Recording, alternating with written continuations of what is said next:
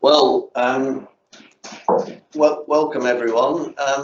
If I could first introduce David Heath, who I went on a tour of churches in Germany in October last year, just between different bits of shutdown, and we're going to talk, or I'm going to talk about the German Romanesque churches, and then David is going to say something about Zumthor, the great Swiss architect, who's got some buildings which we saw on our trip as well. So I'm going to share my screen. I became interested in German Romanesque when I read a book at university about Carolingian and Romanesque architecture, and I was very struck by these extraordinary churches in Germany, which are of a very large scale, and they are so very different from most of the other churches, Romanesque churches that one's familiar with. And this is Maria Laach, which is one of the greatest of them. And you can see that what you're looking at is actually the west end of the cathedral, or the Abbey Church rather, and not the east end, as you might think with an apse. This is a western atrium, and this is a western apse. And then you get a tower, and then two staircase and bell, I think there's bell at the top. And then at the eastern end, just peering through here, you get transepts with another couple of towers. And the whole thing is really rather wonderful and unique. And the western atrium was something which I remembered when we had a job to extend St. Paul's Hammersmith, and we have the church, the Gothic church of St. Paul's Hammersmith here, and this is the overpass, the Hammersmith overpass, running just next to the church here. And there had been attempts to do an extension to the church, first on the south side, squashed between the church and the flyover, and secondly as a gallery at the west end of the church, all of which didn't really work. And I got the job on the grounds that I could get permission for doing an extension at the west end of the church, like a western atrium you found in those the churches that I'm talking about. And indeed, that got us planning consent. And here is the building around the edge, and then you go through the doors on the axis, and you get the atrium around which the meeting rooms and things are arranged. And intriguingly, in this case, there's a western, in effect, a western apse, unusually for an English church, which becomes the focus of that atrium. So in approaching this project, as I say, the faith in the western atrium came from my recollection of the German churches, but in doing my research, I discovered that actually the western atrium is actually a function of the early Christian church, the very early Christian church. And so I have here a map of the trip that we did, showing the in red the different towns and the different cathedrals, and I've also marked in red, sorry, in blue, the River Rhine. So you see that a lot of them are along the Rhine, and indeed on the west-hand side of the Rhine, because in Roman times, the Rhine was really the border for quite a lot of the time between the civilized bit of Gaul and the Germany and the uncivilized bit. If we go back to the map here, then the Hermannschlacht, where the Roman legion was massacred, is just about there, just north of Paderborn. So most of it's on the west side. So I just want to point out while we're here, Ravenna, because Ravenna becomes very important in our story, and Aachen, which is Charlemagne's capital, as it were, which is close to Cologne. And I've also, just for amusement, put in blue the river the river Danube, and you can see how the Vikings managed to get to Russia and places east by taking boats up the Rhine across to the Danube and then down into the Black Sea. But that's clearly another story. So we move on to, well, I should perhaps have just pointed out Trier, because Trier was in effect the capital of Gaul in Roman times, and it's got the most extraordinary Roman survivals, which I hadn't appreciated before I went. And we get here the Porta Nigra, which is just the gateway into the town, and there would have been another tower like this one here. And you can see certain features which are, common to Romanesque architecture. In other words, just the simple arched openings. And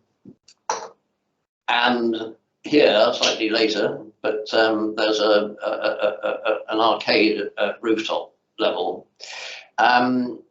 So now this is 310, Constantine's Basilica. This is the same Constantine who embraced Christianity and moved the empire to, capital of the empire, to Constantinople. And it is his sort of administrative center in Trier, which was, as I say, the sort of chief city in Roman times. And we have simple arch windows within a two-layered recess. And if I go around the corner, you can see how absolutely vast this building is. It's a single volume inside, and here's a three-story Baroque building, which is way lower than the building. In fact, it's the largest surviving Roman building, which has always been in use after the Pantheon in Rome, and it was always used and not demolished like most of the other buildings because it was converted into a church, as was the Pantheon. So here is it, and it's still a church today, quite heavily patched up after bomb damage. But you can see the sort of the wooden roof, the arch windows, and the subdivision of the glazing, which I think is obviously restored, but it's maybe the way that it would have been.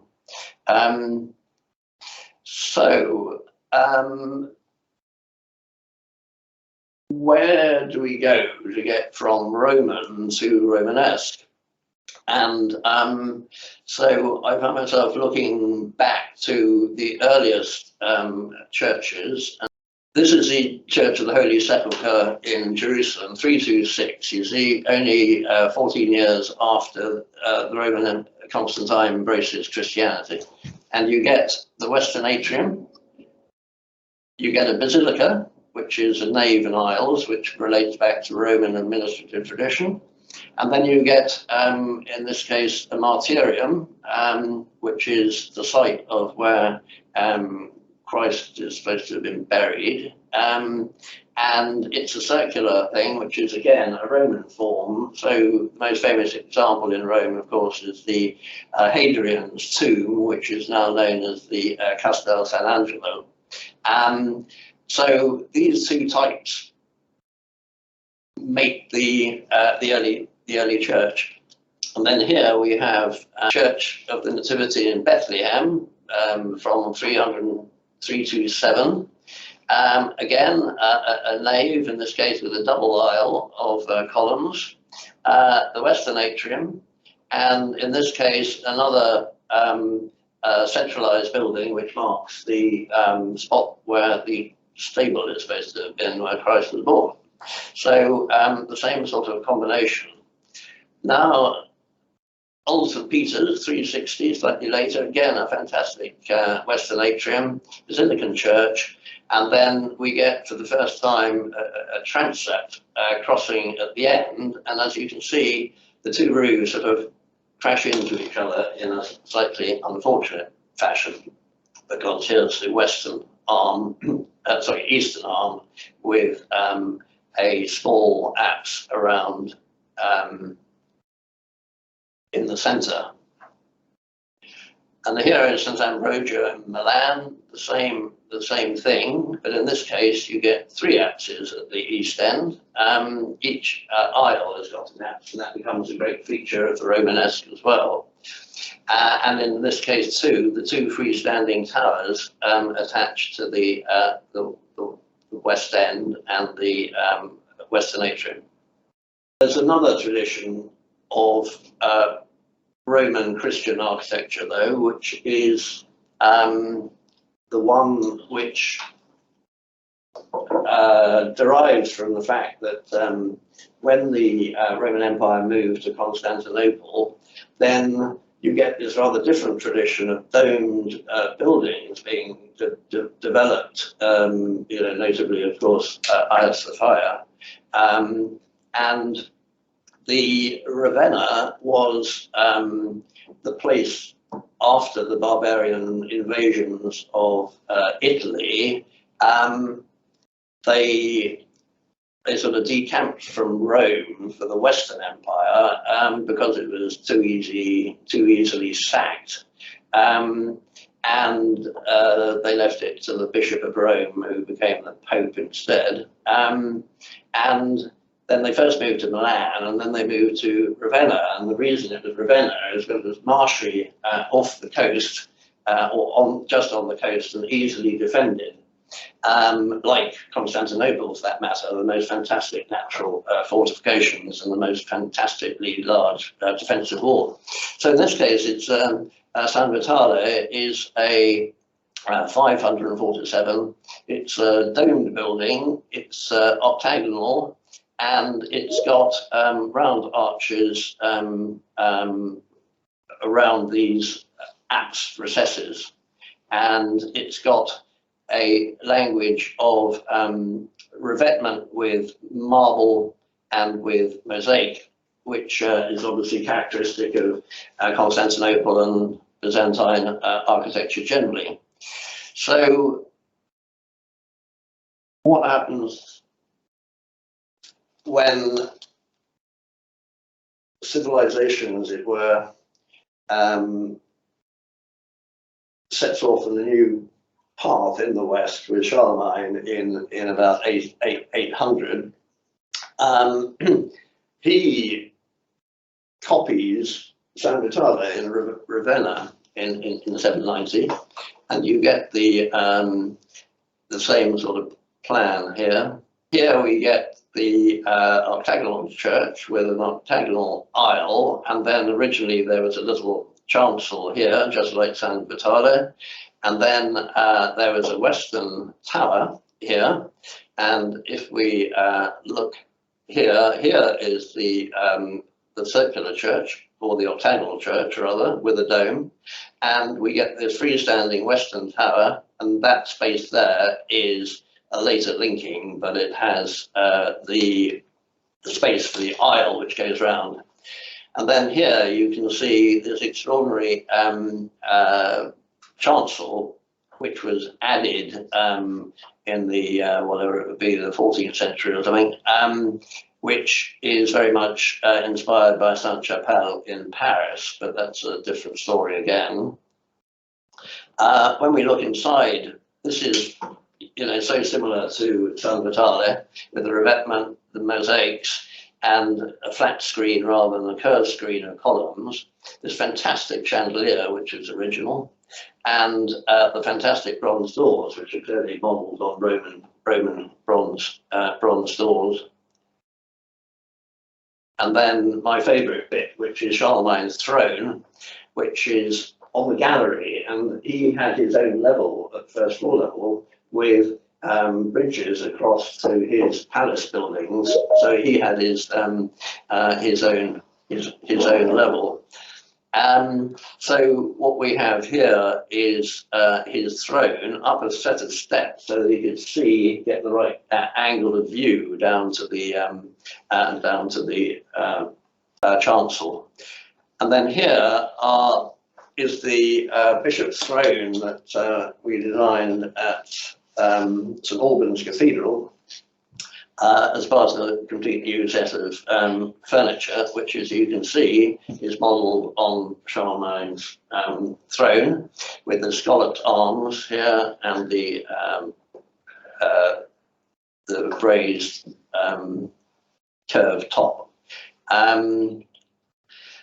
And while we're here, just to show the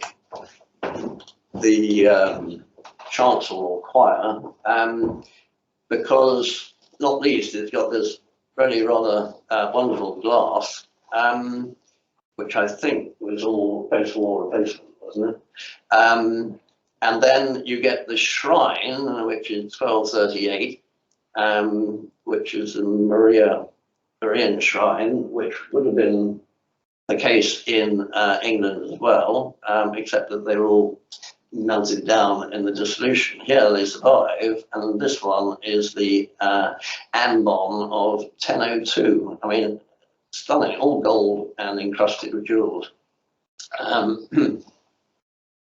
Anyway, so how do we get from that, which is more in the Byzantine tradition, to the German churches?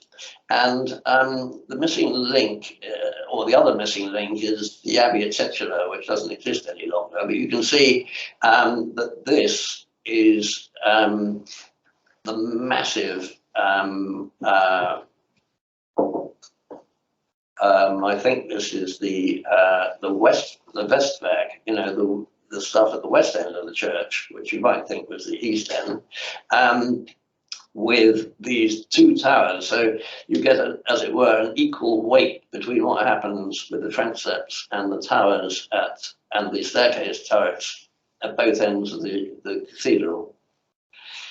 So we come now to the first one that we visited, or at least the earliest one that we visited, which is St Michael's Hildesheim, 1010, and the so here we have, you can start recognizing the kit of parts, you know, it's always very easy to get mixed up between which is east and which is west, but this is actually east here, with the three apses, and then you get the transept, and then you get the tower, and then you get the two staircase towers.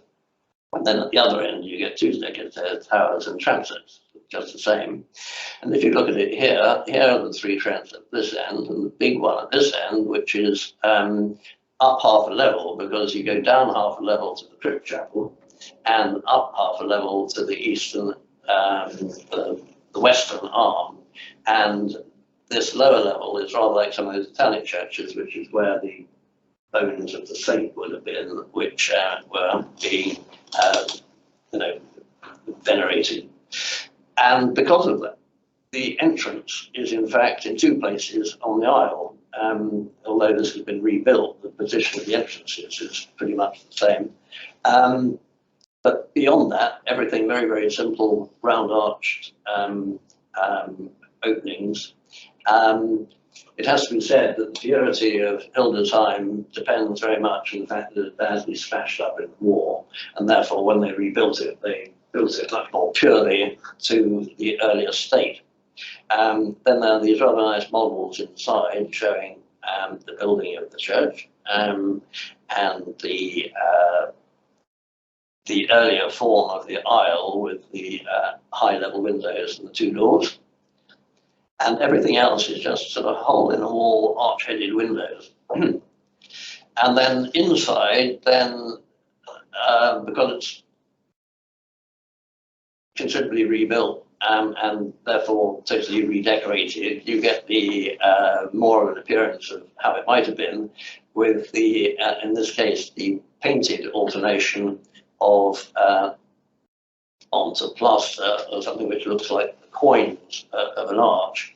And then there's a wonderful screen here which goes from division into 2, then into 4, and then into 6. So I think that's really, really, really lovely.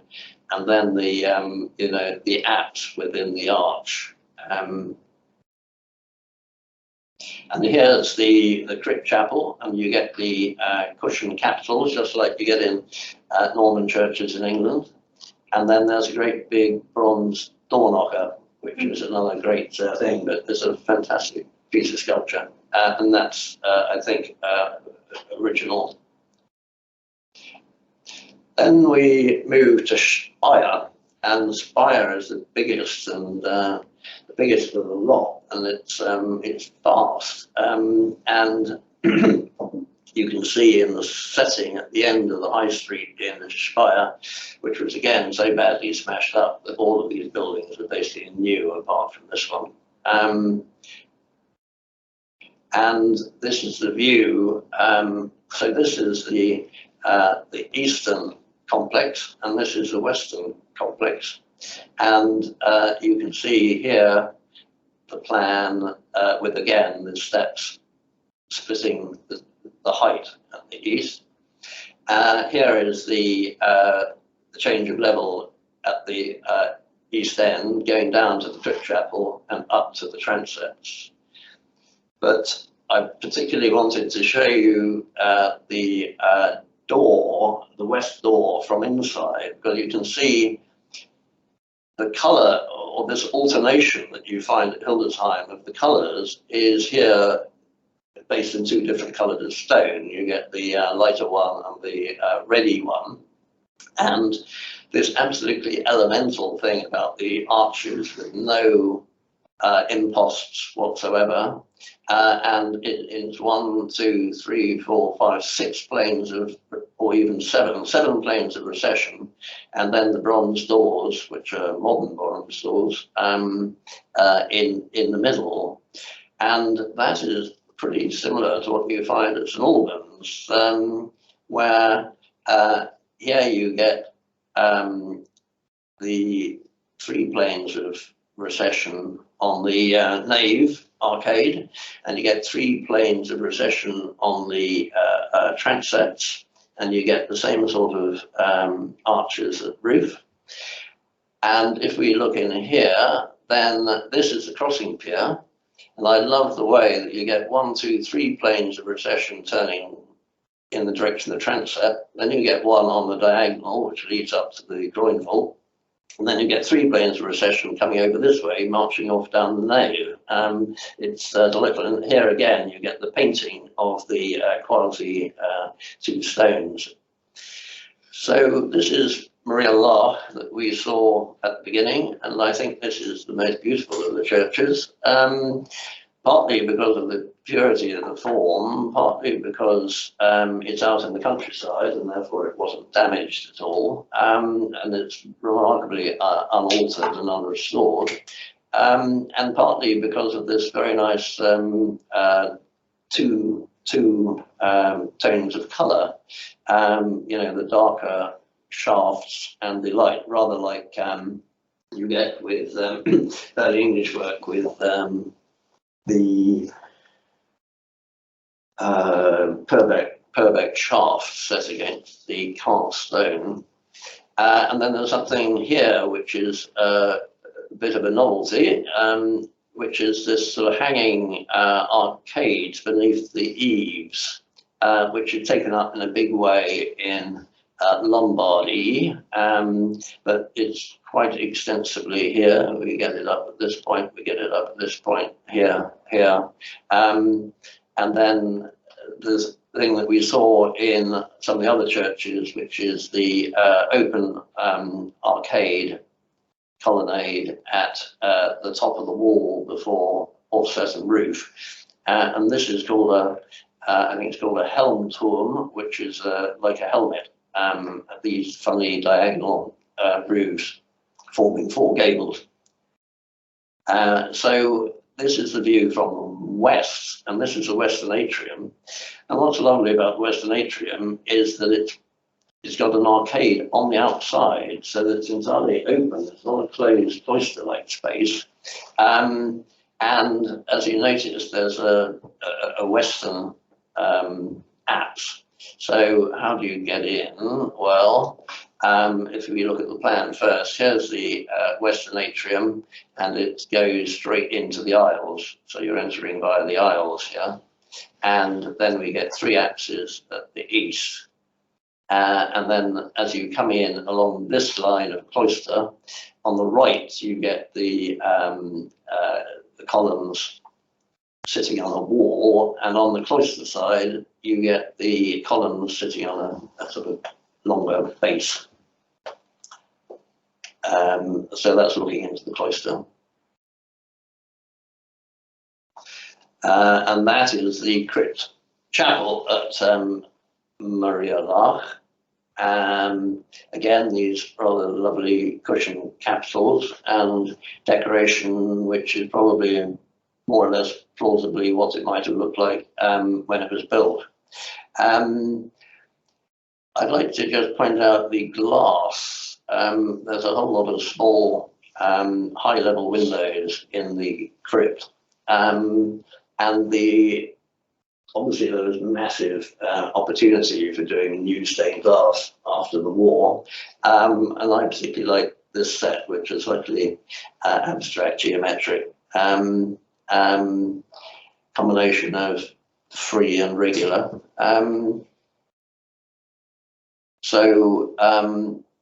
Finally, worms, as in the diet of worms.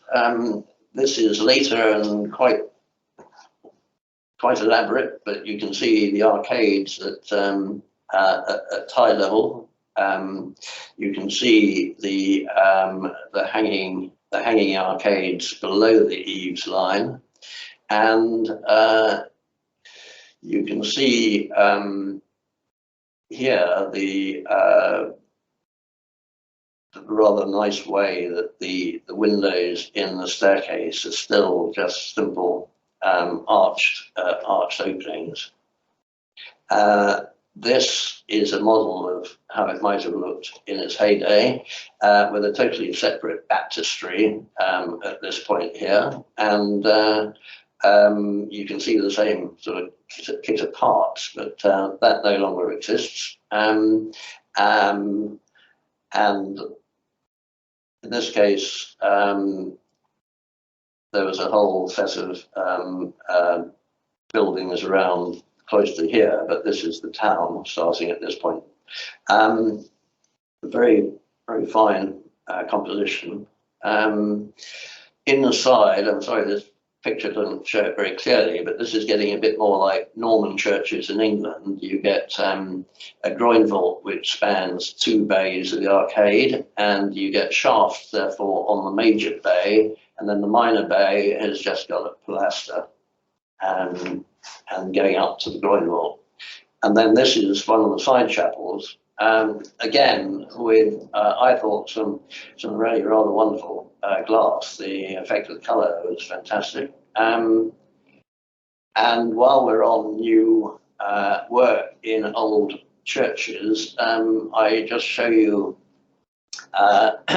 Cologne Cathedral, where on the right, this is looking down the choir aisle, and this is a concrete vault supporting a gallery at this point, with a carved balustrade and this really rather wild and fantastic wrought iron work at this point here. But I think that must be earlier and relates to the railings here, but I'm not quite sure about that. So that bay there is that bay, and then to the left of it, there's another concrete vault with on top of it the what I think is a fantastic organ case, which is so different from the English ones, which nearly all the pipework is in its own case. This isn't. The pipework is the architecture, and you get the dark bronze ones, and then in between them you get the I think it's a sort of zinc finish. But I'm very impressed by that one. And then just a brief note about what happened in the post-war construction. Well, Cologne, there were 262 bombing raids in the war, and one of them was the first 1,000 bomber raid. So you can imagine, and I think David got some pictures. It was pretty thoroughly smashed up. So this is one which is, you repair the walls and you leave it as a skeleton, but obviously pretty expensive to maintain with no use apparently. This is a way of keeping a facade, not a church obviously, but I thought this was a rather extreme example of, you rebuild the missing bit of the elevation and then put your new building around it with a nice frame, which I think is air conditioning louvers, I'm not quite sure, to show it off. And then the other thing that David drew my attention to is everywhere you went in the pavement are these little brass plaques, which I hadn't seen before, but they're this Saltbush, it should be a T there, so Saltbushstein memorials, and they're placed outside where people lived who were mainly Jewish, but anyone who went off to concentration camp. So here we have, here Zumthor, here lived Rom. And they don't give the name, the first name, they just give the surname. And they say, ermordet 43 in Auschwitz. So this was murdered in 43 in Auschwitz. And then this one is Zumthor, born 1912, I think, deported on the 21st of May, 1940. So that was rather extraordinary, really. And they just that. And then my last slide, I can resist showing something on a positive note rather than negative note, but this is obviously bike day for the kids. So we get, he's doing his own bike, but he's being pushed in a pram, which sort of counts. And then when they've gone past, you find that they get the three minders with first aid kit, and then behind that, there's your police cars holding back traffic. I don't know how often it happens, but it was quite impressive. So anyway, that's I think me done, and we hand over to David.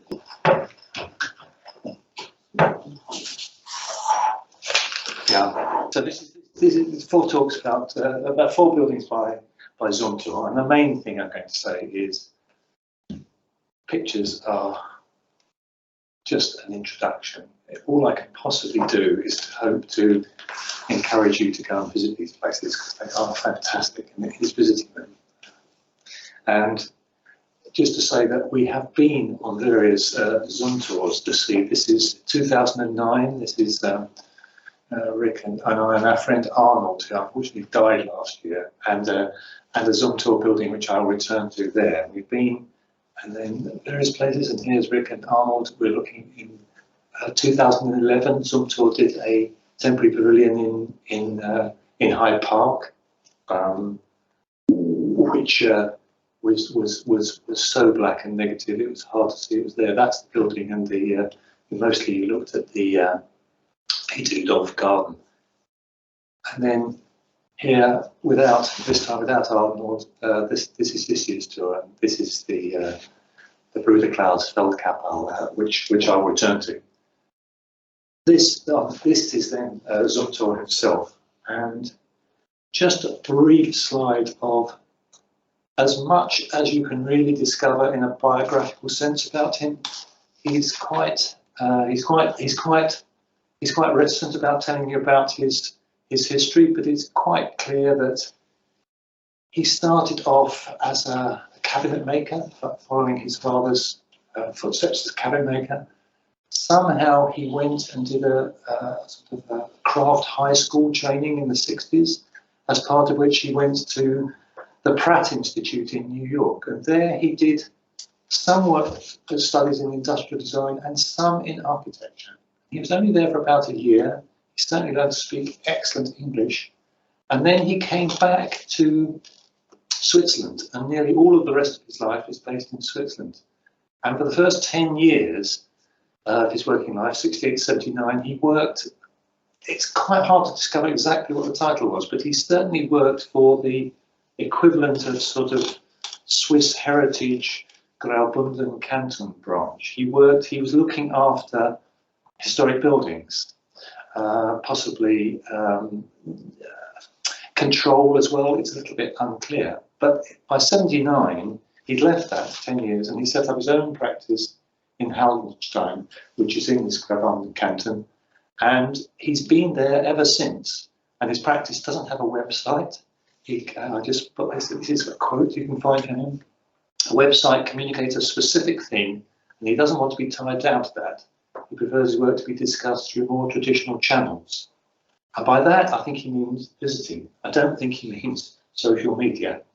But he did manage to win the 2009 Pritzker Prize for Architecture, which is quite remarkable because if you look at that CV, he doesn't actually have a degree in architecture. He's not qualified. He never trained as an architect. He just started working. But he's still there, he's still going, and he still has about very small practice in 30 employees in Haldenstein. And just, I can do this. Graubünden is there for, I got the thing.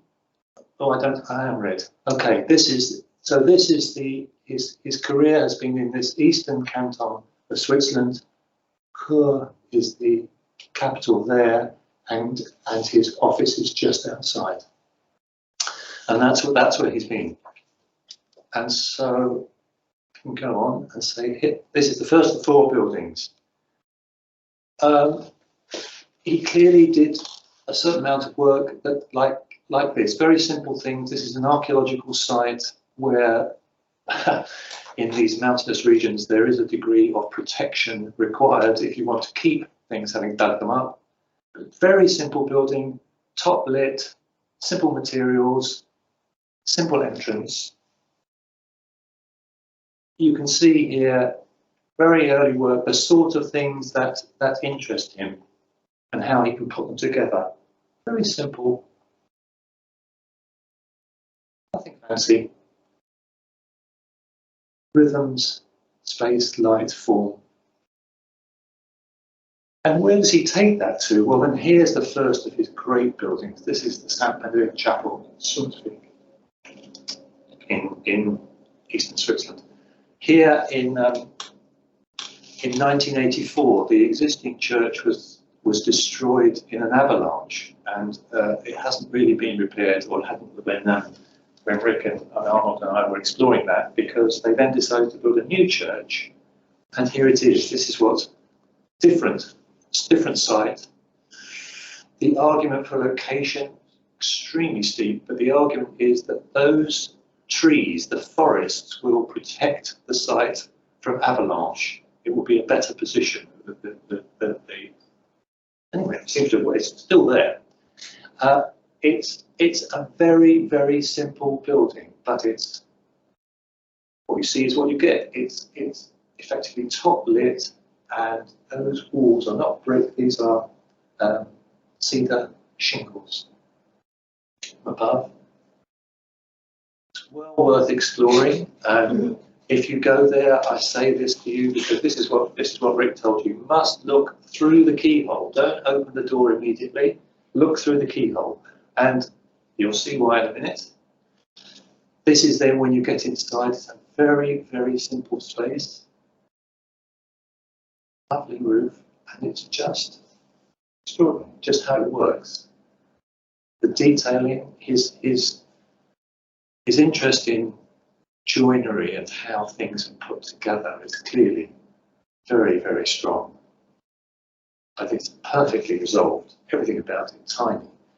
So here you are looking at it, and I think what you have to say is what Rick was looking at is this little icon in a new bronze case, which comes from the existing church. It's the only thing that came from the existing church, is relocated there, and it's on the axis with the entrance. The cedar is working in very well. It's a very simple building, concrete base. It's just like the shelter building that he was building to begin with. And this is what he says.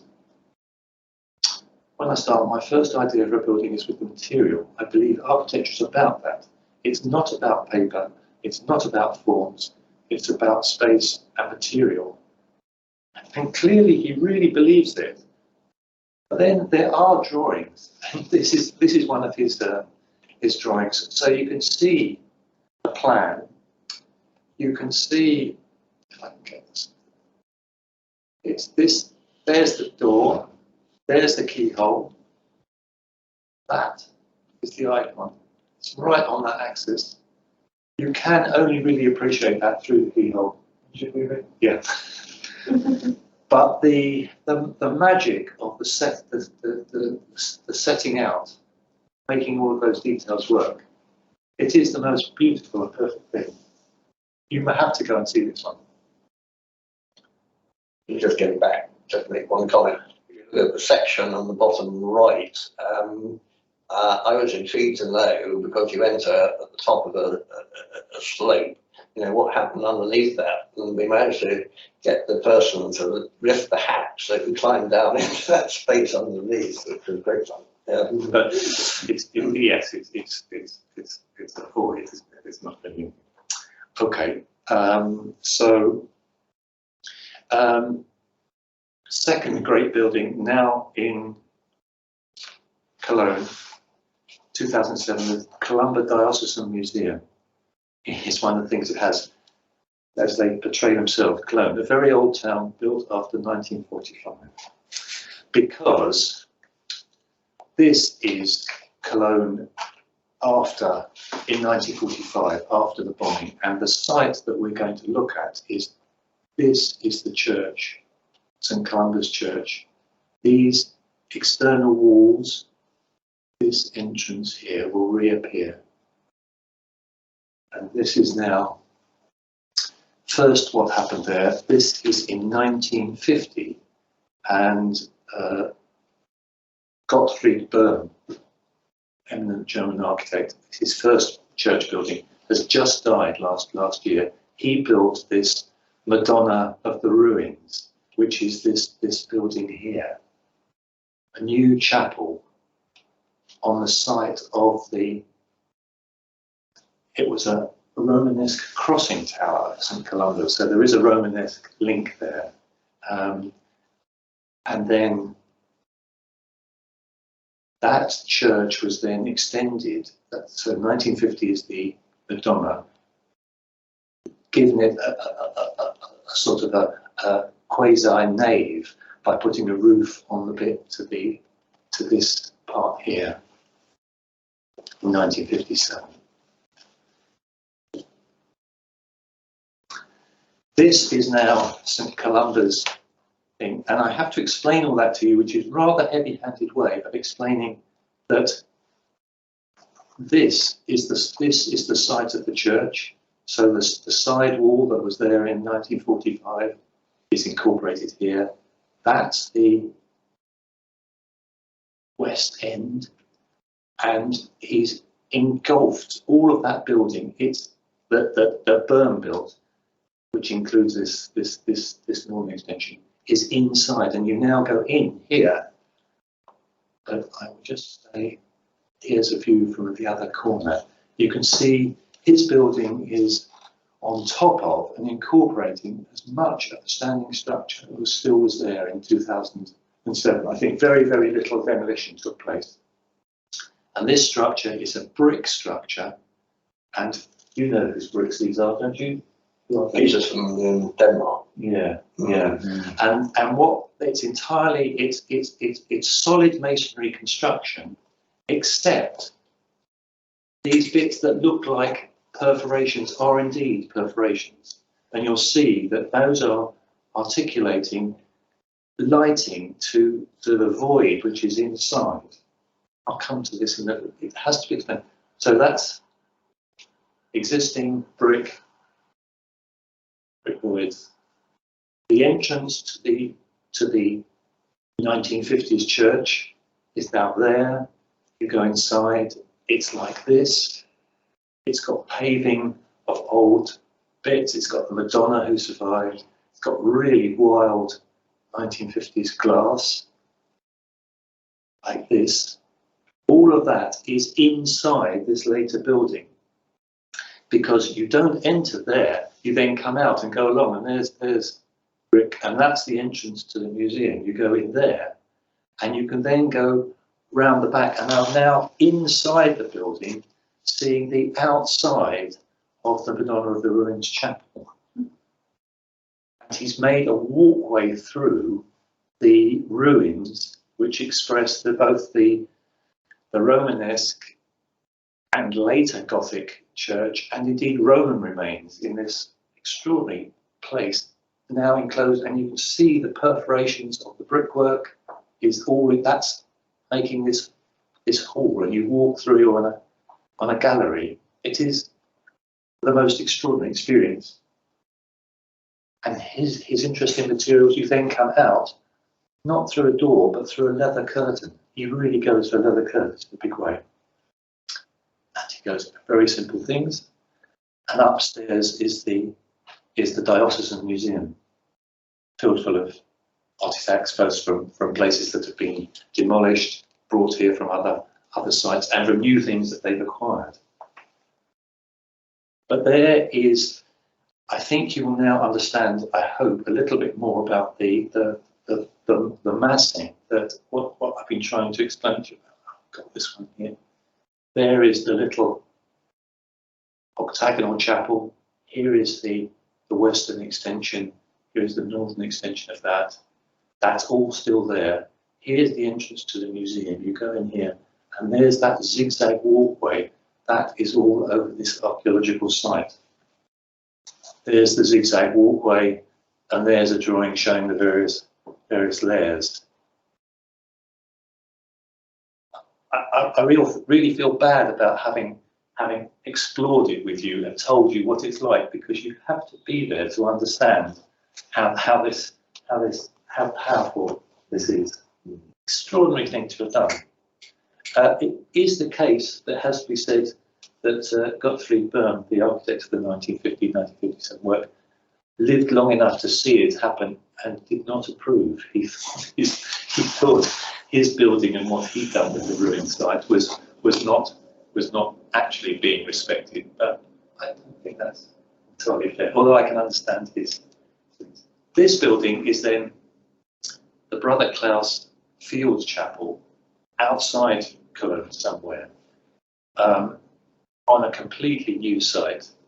Here it is. This is a local farmer approached a landowner, approached Zumthor and sought his help and advice. He wanted to build a chapel, and he, the farmer, and his friends and workers, they self-built this chapel, and it's outside a little village, and it's quite difficult to get to. This is the little road you're up to.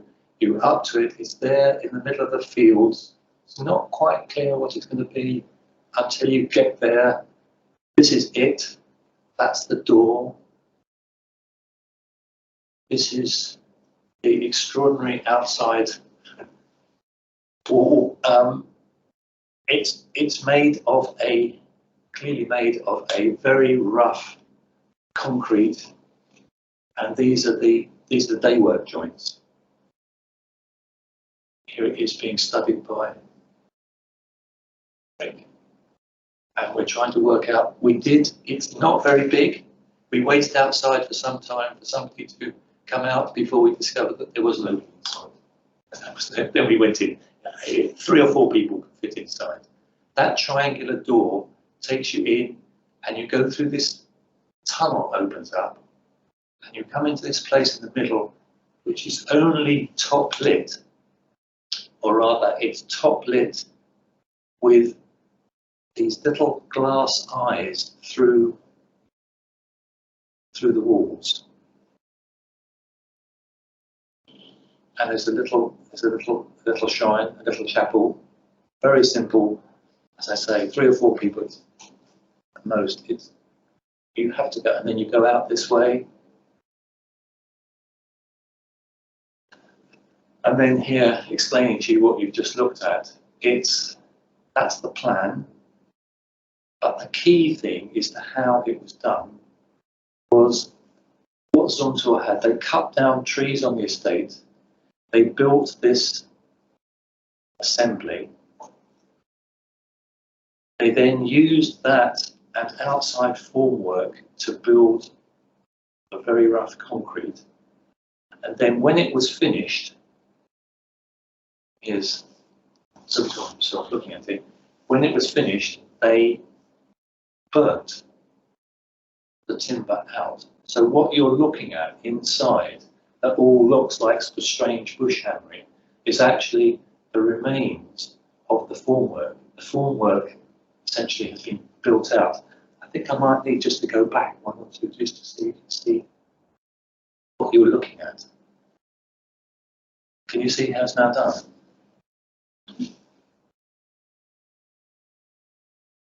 It's extraordinarily clever and effective. It's completely open to the sky, has no electricity, has no heating. It has a lead floor, so water is meant to sort of drain away, and it's open to visit. You know?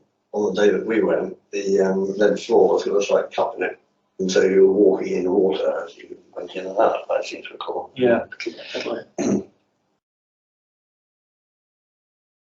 Great man. No, also, I just put a bit. One of the things when he talks in a rather gnomic way. To me, buildings can have a beautiful silence that I associate with attributes such as composure, self-evidence, durability, presence, and integrity, and with warmth and sensuality. A building that is being itself, being a building that does not represent anything. It's just. And they are. They're all absolutely extraordinary places, and you must visit. You must visit if you haven't. That's it. That's me. Thank you. Well, David, thank you very much.